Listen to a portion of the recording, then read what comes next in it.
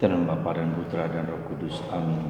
Allah Bapa di surga, kami mengucap syukur selalu setiap hari dalam keadaan situasi apapun, seperti diminta oleh Paulus supaya kami bersyukur atas segala situasi, segala peristiwa, untuk kami untuk memasuki hari demi hari dengan semangat cinta kasih kepadamu dan kepada sesama.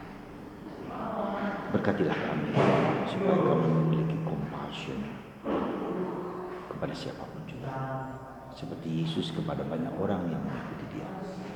Terpujilah namamu kini dan sepanjang segala masa. Amin. Para saudaraku terkasih dalam Kristus, hari ini Yesus memberi makan 5.000 orang lelaki, tidak termasuk wanita dan anak-anak. Katakanlah suami, istri, dan anak, jadi 15.000 orang. Dalam keadaan di mana mereka berada dalam di tempat yang tidak ada makanan. Dan itu diungkapkan oleh para rasul bahwa mereka diminta untuk pergi ke desa-desa untuk membeli makanan. Nah, tetapi Yesus justru menantang mereka, kalianlah yang harus memberi mereka makanan. Ya, situasi yang impossible dalam kehidupan mereka pada waktu itu. Tapi Yesus kemudian bertanya, ada berapa makan yang ada padamu? 5 roti 2 ikan. Jadi hal yang untuk 5.000 atau 15.000 orang dengan 5 roti 2 ikan, apa artinya? Ini juga impossible. Ya. Jadi, tetapi Yesus membuat yang kecil itu menjadi mujizat yang besar. Dan ini suatu yang sungguh kita harus sadari dengan sungguh-sungguh betapa kita melihat bahwa Yesus dapat melakukan sebesar apapun kalau kita percaya kepadanya. Dan kalau kita mempersembahkan yang kecil itu, segala usaha, segala niat, segala perbuatan yang baik, yang kecil sekalipun, bisa akan berkembang, tumbuh subur, menjadi besar, menjadi mulia. Kita bisa melihat dalam diri Santa Teresia dari Kalkuta. Dia mulai dari yang kecil. Dia mulai dengan merawat orang yang hampir mati di pinggir jalan, ditampung, dipelihara, dan kemudian menjadi besar, menjadi luar biasa. Dan banyak hal yang dari yang kecil-kecil itu menjadi besar, menjadi mulia karena dipersembahkan kepada Tuhan. Dan Tuhan dalam prosesnya itu pelan-pelan menyempurnakan, menjadi baik, membuat menjadi lebih baik.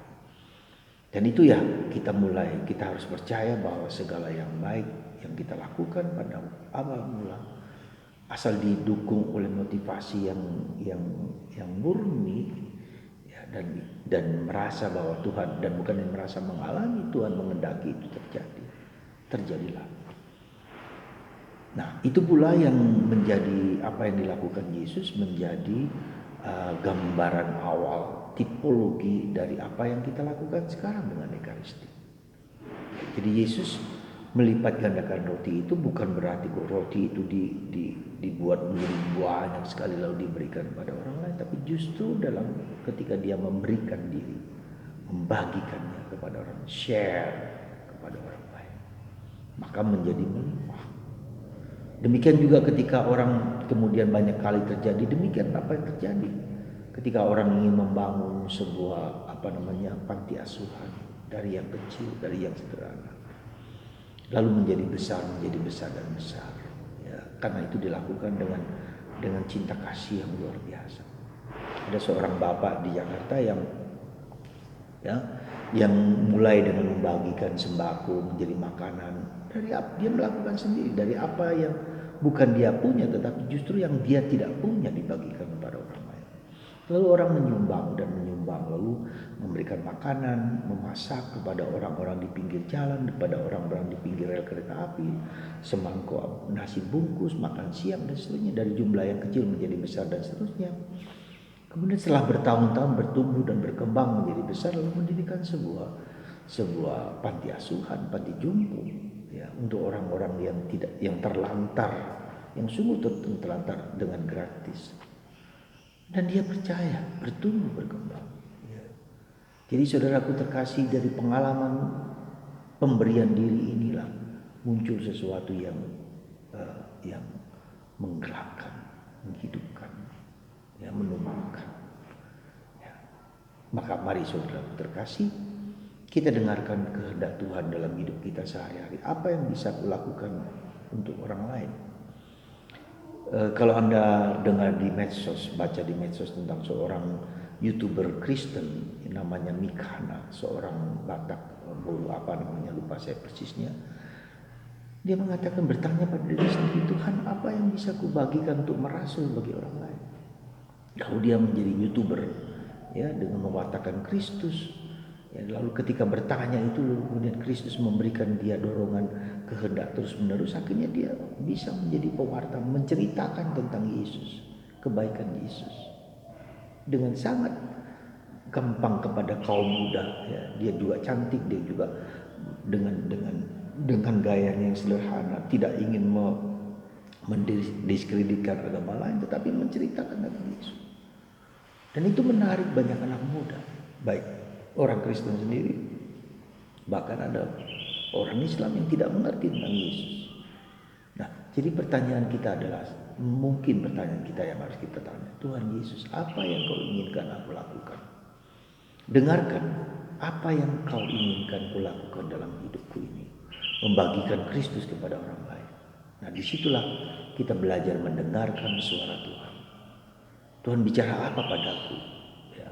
Dan Tuhan bicara padaku dengan merenungkan sabda-sabda Yesus, ya, sabda-sabda Yesus. Ya. Lewat kitab suci, lewat peristiwa-peristiwa keseharian, Tuhan bersabda kepadaku lewat suara hatiku, lakukan yang baik dan yang jahat. Lalu kitab suci, ya, buah-buah roh yang Tuhan sampaikan kepadaku. Ya, maka Tuhan bicara kepada kita lewat kata-kata, lewat sabda. Kita juga berpikir melakukan sesuatu lewat sabda.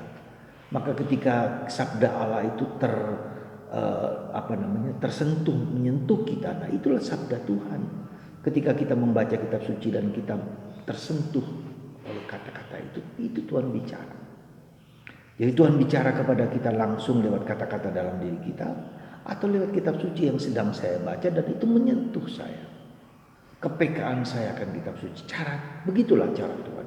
Dan mengapa kita merenungkan kitab suci? Karena disitulah Tuhan bicara lewat kitab suci itu, yang menyentuh, memikat, membuat aku terpesona dengan kata-kata itu. Lalu kita bertemu dengan Yesus lewat sang sabda. Yesus adalah sang sabda, maka kita bicara lewat sabda itu. Maka betapa pentingnya Anda dan saya setiap hari membaca dan merenungkan kitab suci. Tidak mengerti, tidak apa-apa.